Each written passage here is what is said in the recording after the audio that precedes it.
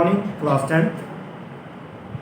I welcome you all in our online class, and we are reading from chapter number 2, programming in C. And today we are discuss about the data types used in C program from page number 44.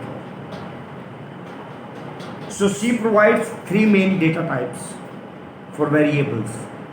This is integer, floating point, and character variables. Integers data type. So first one is integer. Integer variable declaration statement has the form type specified variable. For example, int sum. The declaration consists of the type name int followed by the name of the variable sum. All the variable used in C program must be declared.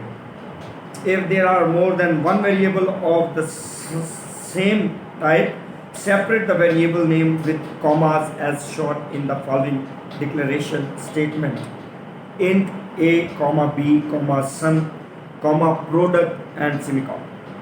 Declaring a variable tells the computer the name of the variable and its type. That enables the compiler to recognize the valid variable name in program. This is very helpful if the user types the wrong spelling of a variable name in his program. The compiler will give an error message indicating that the variable is not declared. Declaration of an integer variable can begin with the type qualifiers: short, long, unsigned, or signed. Some examples are short int sum, long int sum average, unsigned int count. So our first point is short unsigned int count. Type qualifiers refer to the number of bytes used for sorting the integer on a particular computer. Refer to computer manual to find out the size of the computer being used. Generally, the number of the bytes set aside by the compiler for the above type qualifier are as int. ये एक table है, नीचे आप देखें यहाँ पर लिखा है variable declaration, number of bytes और रेंज. इंट और शॉर्ट इंट ट्रू और रेंज में है 32,768 माइनस प्लस 32767. लॉन्ग इंट में 4 है, फिर अनसाइंड इंट में जो है वो 2 है. सो अब आप चलते हैं आगे. Floating point data type. Floating point variable are used for sorting floating point numbers. Floating point numbers are stored in memory in two parts. The first part is mantissa and the second part is the exponent. The mantissa is the value of the number and the exponent is the power of the which it is raised. Some example of floating point variable declaration statement are float base height, double float ab total, long double float size x, y. Usually the number of bytes set aside by the compiler for the above floating point type qualified. तो इसके लिए भी नीचे table है 4, 8 और 10. 3 numbers हैं. 8 के लिए 10 पावर रेस ऑफ 38 है और डबल फ्लोट के लिए जो है वो 10 रेस पावर ऑफ 308 है और इसके बाद 10 की जो पावर है वो 4932 है. तो ये इसकी पावर है. इसके बाद आगे चलते हैं. Here precision means the number of digits after the decimal point. The word float may be omitted when it is preceded by the double or long double type qualifier in the declaration statement. There is another method of representing floating point number known as exponential. For example, the number 23688 will be represented as 232.3688 Here 23688 is the value of the number, mantissa, and 4 is the exponent. The exponent can also be negative. For example, the number 0.000567 is represented as 5.672 e power of 4 in exponential. National is used to represent very large and very small number. In C, a floating point number of type float is sorted in 4 bytes, 3 bytes for the Mantissa and 1 byte for the exponent, and provides 6 or 7 digits for precision. Okay, so students, today's our topic is data types used in C program. So what is a data type? सबसे पहले data type वो होता है जिसको हम सी programming में या सी language में हम जो है वो इंटर करते हैं। तो डेटा टाइप में हमारे पास 2 तरह के इसने हमें डेटा बताया जिसको हम सी प्रोग्राम इंटर करते हैं। अब 2 तरह का जो है वो इंटीगर है और दूसरा जो है वो फ्लोटिंग पॉइंट है, यानी कि ये 2 हम इसमें इंटर करते हैं। और इसमें हमारे पास वेरिएबल भी आते हैं, इसमें हमारे पास करैक्टर्स भी आते हैं और इसमें हमारे पास करैक्टर सेट भी आते हैं, यानी स्पेशल करैक्टर्स भी आते हैं। अब जो इंटीगर है, इंटीगर के लिए हम सी प्रोग्रामिंग में लफ्ज इंट यूज करते हैं, INT, int. Word int we can use in C program to show integers. इसके बाद इंटीगर्स वेरिएबल डिक्लेरेशंस के लिए अगर हमारे पास इंटीगर में या इंट में हमारे पास 2 वेरिएबल आ रहे हैं तो हम वेरिएबल्स को वेरिएबल से अलग करते हैं, यानी कि शो करने के लिए कि ये 1 नहीं बल्कि 2 है। और अगर हम डिक्लेरेशन नहीं देते हैं तो सी कंपाइलर जो है वो हमें क्या देता है, वो हमें एरर देता है प्रोग्राम के अंदर। तो हम किस तरह से, यानी कि 2 इंटीगर हमारे पास, हमने इंट सम निकालना है a + b का, यहाँ a b है हमारे पास, तो a अलग वेरिएबल है, b अलग वेरिएबल है। इन दोनों को अलग करने के लिए, सेपरेट करने के लिए हम कॉमा का साइन जो है बेटा वो यूज़ करते हैं। तो कॉमा का साइन हम यूज़ करेंगे वेरिएबल्स को अलग करने के लिए, जिस तरह उसने बताया। ये इसकी सेकेंड स्टेटमेंट देखें, int a, b, sum, product. इसका मतलब ये हुआ a × b × sum multiply product, यानी a b को सम निकालेंगे, फिर उसको मल्टीप्लाई करेंगे और उसके बाद हमारे पास इसकी एवरेज आएगी, प्रोडक्ट आएगी। इसके बाद आगे चलते हैं, क्या रहा है, declaring a variable tell the computer the name of the variable and its type. अब जब हम वेरिएबल को डिक्लेयर करते हैं, यानी कि उसको अलग करते हैं कॉमा से, तो इसका मतलब ये होता है कि हम वेरिएबल का नेम जो है वो बता रहे हैं। यानी कि अब हमारे पास एक वैल्यू हम उठा लेते हैं 60, वैल्यू हमने 60 उठाई है और 60 जो है हम कहते हैं a = 60।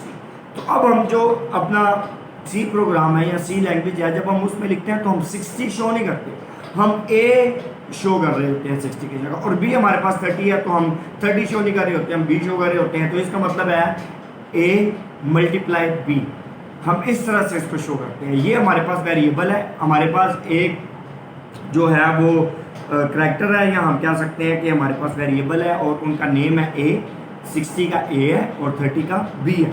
तो इस तरह से हम इसको शो करते हैं। इसके बाद आगे चलते हैं, क्या रहा है कि जब हम डिक्लेरेशन इंटीगर वेरिएबल जो है हम इनको सॉर्ट करते हैं तो इसमें हमारे पास कुछ लॉन्ग में आते हैं, कुछ शॉर्ट में आते हैं, कुछ साइंड में आते हैं और कुछ अनसाइंड में आते हैं, कुछ अनसाइंड इन काउंट में आते हैं।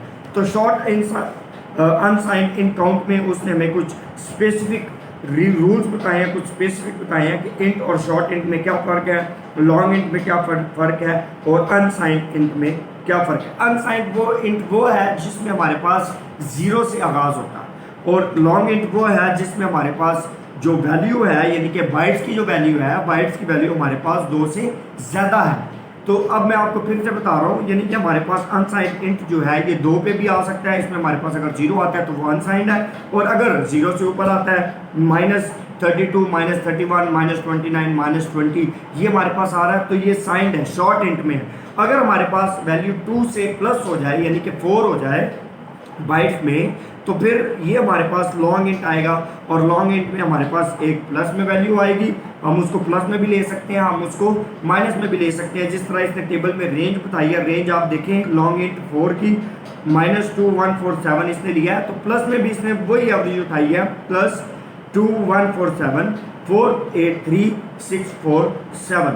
तो ये सेम वैल्यू उसने प्लस के लिए भी लिया और माइनस के लिए भी लिया। ये एक सिर्फ एग्जांपल है, ठीक है, ये एग्जांपल है। मे भी आप कंप्यूटर जब प्रोग्रामिंग में करेंगे तो आपके पास वैल्यूज फ़र्क है, मे बी, ये उससे सिर्फ एक एग्जांपल में दिया कि हमारे पास जो लॉन्ग इंट है वो 2 से ज़्यादा है और जो शॉर्ट इंट है वो 2 है, और फिर जो जीरो शॉर्ट इंट में जिसके पास हमारे पास रेंज 0 से नीचे आ जाए वो हमारे पास क्या होता है, unsigned int.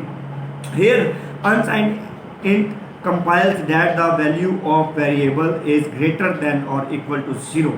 The qualifier sign is rarely used since by default an int declaration assumes a signed number. Note that in the above example the word int may be omitted when it begins with long or unsigned type qualifier in the declaration statement. For example, you can write short number. तो ये बिल्कुल अभी जिस तरह मैंने आपको बताया, जब आप शॉर्ट इंट दायर करना है तो उसके लिए आप शॉर्ट नंबर डालेंगे, यानी कि 2, 1, या अगर आप लॉन्ग इंट डालना चाह रहे हैं तो आप 4, 5, 6, 7, 8 कुछ भी ले सकते हैं। फिर अगर आपने साइन इन करना है तो आप बेशक 1 ले लें, तो उसके साथ जो आपकी रेंज आएगी वो 0 से स्टार्ट होगी, यानी कि 0 से नीचे है वो अनसाइंड होगी, 0 से ऊपर जो है वो लॉन्ग इंट और शॉर्ट इंट आपके पास आएगा। तो इसके बाद आते हैं हम फ्लोटिंग पॉइंट। फ्लोटिंग पॉइंट बेटा मैं आपको पहले बता चुका हूँ, वो है जिसमें हमारे पास एक इंटीगर के बाद हमारे पास पॉइंट आ जाए या 2 इंटीगर के बाद हमारे पास पॉइंट आ जाए, यानी कि 2.6 या 28.62 या इस तरह से हमारे पास जो फिगर्स आती हैं जिनमें हम पॉइंट को यूज़ करते हैं उसको हम फ्लोटिंग पॉइंट डेटा टाइप कहते हैं। अब फ्लोटिंग पॉइंट डेटा टाइप में हमारे पास 2 तरह के ऑप्शन हैं, 2 तरह का डेटा है, एक मेंटिसिया और दूसरा एक्सपोनेंट है। अब मेंटिसिया क्या है और एक्सपोनेंट क्या है, तो मैं ये आपको थोड़ा सा एक्सप्लेन करता हूँ कि फ्लोटिंग पॉइंट वेरिएबल जो है ये शॉर्ट फ्लोटिंग पॉइंट नंबर होते हैं, और फ्लोटिंग पॉइंट नंबर जो है ये शॉर्टेड मेमोरी में 2 तरह के होते हैं, एक मेंटिसिया होता है और दूसरा हमारे पास होता है एक्सपोनेंट। मेंटिसिया जो होती है ये वैल्यू होती है किसी भी नंबर की, और एक्सपोनेंट जो होती है ये पावर होती है, यानी कि हम अक्सर लिखते हैं 2 रेज पावर ऑफ 2, यानी कि 2/2 हम 2 रेज पावर ऑफ 2 कर रहे हैं, तो 2 इसकी पावर है, और जो 2 है ये एक्सपोनेंट मेंटिसिया, और एक्सपोनेंट जो है ये 2 ही है, क्योंकि 2 रेज पावर ऑफ 2 आती है हमारे पास। इसी तरह फ्लोटिंग पॉइंट में हमारे पास कुछ एग्जांपल्स इसने में दी है डिक्लेरेशन के लिए, फ्लोट और उसके बाद बेस और फिर हाइट। और बेस और हमारे पास हाइट जो है ये मोस्टली हमारे पास जो है वो पॉइंट में आता है, 2.6, 6.2, 6.3। फिर इसी तरह डबल फ्लोट ए, फिर उसने वेरिएबल बताया ए और बी, तो इनको उसने कॉमा के ज़रिए सेपरेट किया है, ए, बी, टोटल। फिर long double float size X Y से उसने इसको शो किया लॉन्ग डबल फ्लोट को, और एक्स और वाई को सेपरेट कर रहे हैं सेमीकोलॉन्स के जरिए। Usually the number of bytes set aside by the compiler of the above floating point type qualifier. तो फिर नीचे आप देखें वेरिएबल डिक्लेरेशन है फ्लोट 4 है, फ्लोट क्या है 4 है, और 4 के बाद उसने रेंज बताई है, 4 की रेंज 10 तक है, तो 10 जो है ये हमारे पास मेंटिसिया है, और 38 जो 10 रेज पावर ऑफ 38 है, 38 जो है ये हमारे पास एक्सपोनेंट है। इसी तरह डबल फ्लोट 8 आ जाएगा, यानी कि सिंगल फ्लोट जो है ये 4 है, 4 सिंगल फ्लोट है, 8 डबल फ्लोट है, और लॉन्ग डबल फ्लोट जो है वो 10 है हमारे पास।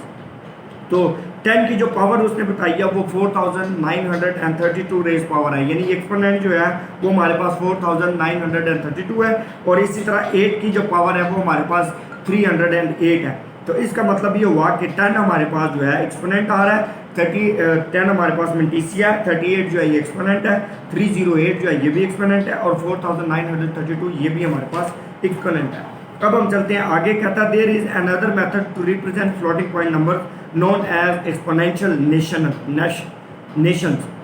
अब फॉर एग्जांपल नंबर हमारे पास 32 यानी कि 23,688 है, तो वुड बी रिप्रेजेंटेड एज, अब अगर इसको हम फ्लोटिंग में चेंज करेंगे फ्लोटिंग पॉइंट में, तो इसमें हमारे पास आएगा 2.3 ये फ्लोटिंग पॉइंट में आ रहा है, इसका मतलब ये होगा 2 जो है ये हमारे पास मेंटिसिया है, और 4 जो है ये इसका एक्सपोनेंट आएगा, 4 क्या आएगा एक्सपोनेंट आएगा। Here 2.3688 is the value of the number यानी मेंटिसिया, और 4 जो है ये क्या है इसका एक्सपोनेंट है। The exponent can also be negative, for example the number 0.0005672। अब ये मेंटिसिया हमारे पास 0.0005672 ये इसका हो जाएगा हमारे पास मेंटिसिया, लेकिन जब हम इसको रिप्रेजेंट करेंगे फ्लोटिंग पॉइंट में तो 5 पॉइंट, अब 5 पॉइंट का मतलब होगा 5.672, तो इसका एक्सपोनेंट जो होगा वो ई जो आप देख रहे हैं यहाँ पे, ई जो है ये एक्सपोनेंट के लिए, और इसका एक्सपोनेंट जो है वो हमारे पास -4 in exponential exponential notation is use to represent very large and very small numbers. तो एक्सपोनेंशियल रेशियो जो है ये हमें बताती है लार्ज नंबर्स के लिए भी हम यूज़ करते हैं और बहुत सारे स्मॉल नंबर्स के लिए भी यूज़ करते हैं। In C a floating point number of type float is sorted in 4 bytes, 3 bytes for the Mintisia and 1 byte for the exponent। तो हमारे पास 4 बाइट जो होते हैं जिसमें 4 बाइट जो है वो मिंटीसिया के लिए होते हैं और 1 पॉइंट जो होता है वो एक्सपोनेंट के लिए होता है। एक्सपोनेंट जो है वो हमेशा आपने याद रखना, मैं आपको अभी बता देता हूँ, कुछ गाइड कर देता हूँ। एक्सपोनेंट जो है ये आपके नंबर्स की पावर है, यानी कि आपने अगर आप 5 नंबर ऐड कर रहे हैं, 5 नंबर यानी कि 25,324, तो ये 5 है। कितने हैं? 5। तो इसमें हमारे पास जो एक्सपोनेंट आएगा वो 5 आएगा, क्योंकि हमारे पास नंबर कितने हैं? 5, 1 2 3 4 5, तो 5 एक्सपोनेंट आएगा। और ये जो 5 हमारे पास नंबर्स हैं ये हमारे पास मिंटीसिया है, और इसकी जो पावर होगी वो 5 की होगी, यानी कि हमारे पास कितने नंबर है? 5 नंबर है। सिंपल आसान फार्मूला इसका यही है।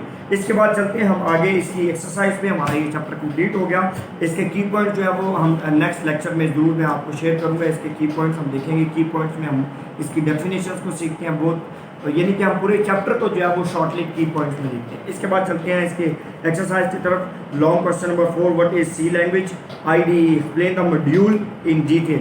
तो सी लैंग्वेज के मॉड्यूल को हम डिटेल से देखेंगे, और इसके लिए हम जाएंगे पेज नंबर 36 पर।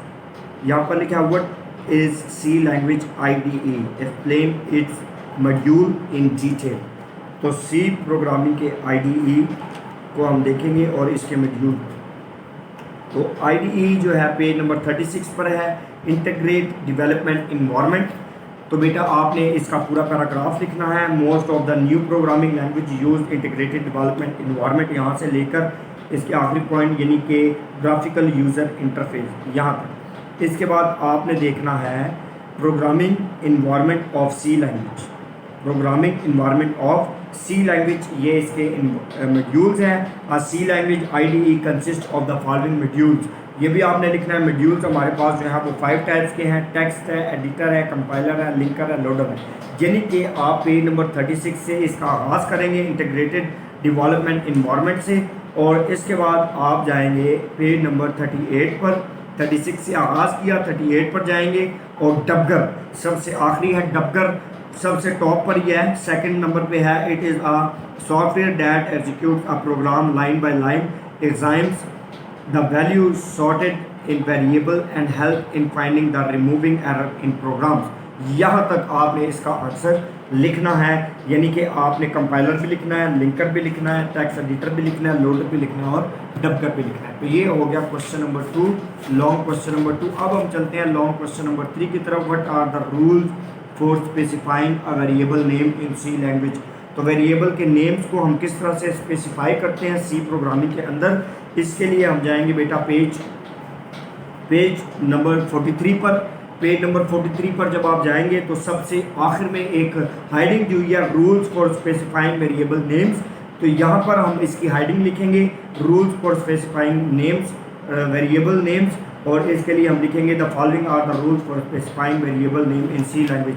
तो इसके हमारे पास पॉइंट्स हैं, 7 पॉइंट्स हैं। तो 7 पॉइंट्स आपने लिखे हैं। A variable begin with a letter और अंडरस्कोर, यहाँ से लेकर आखिर तक, यानी कि for example MASS is not correct, यहाँ तक, यानी कि 7 के 7 पॉइंट्स आपने लिखने हैं। इसके बाद हम चलते हैं लास्ट लॉन्ग क्वेश्चन पर। तो लास्ट लॉन्ग क्वेश्चन जो है what is a pre processor directive explain include hash processor directives in detail. अब हम चलते हैं प्री प्रोसेसर्स पे। Pre processor I know that कि आप लोगों को पता है कि प्री प्रोसेसर जो है वो क्या है और इसको हम क्यों यूज़ करते हैं सी प्रोग्रामिंग में। तो इसके लिए हम पेज नंबर 41 पर जाएंगे। पेज नंबर 41 पर प्री प्रोसेसर डायरेक्टिव्स की हेडिंग देनी है आपने, और यहाँ से लेकर बॉडी ऑफ मेन फंक्शन की आखिरी लाइन, इस पैराग्राफ की आखिरी लाइन जहाँ पर लिखा है this program will print the message I love Pakistan on the screen, यहाँ तक। इसके साथ ही हमारा ये चैप्टर जो है वो कंप्लीट हो गया। अब इसके की पॉइंट्स और इसकी जो MCQs हैं वो रह गए हैं, तो वो हम नेक्स्ट लेक्चर में ज़रूर करेंगे। आप सब बच्चों ने कम से कम एक क्वेश्चन आप अपनी कॉपी पे, लीड कॉपी पे उतारें और एक क्वेश्चन को जो है वो मुझे सेंड करें ताकि मैं आपका काम चेक करूँ। बाकी आप कोई बात नहीं, बाद में कर सकते हैं, काम आज थोड़ा ज़्यादा है, लेकिन आई होप कि आप लोग इसको कर सकते हैं। तो तब तक के लिए नेक्स्ट क्लास के लिए मैं आपसे इजाज़त चाहूँगा। बेटा आप एक क्वेश्चन ज़रूर करें, उसको मुझे सेंड करें। तब तक के लिए आपसे इजाज़त चाहता हूँ। Take care, God bless you.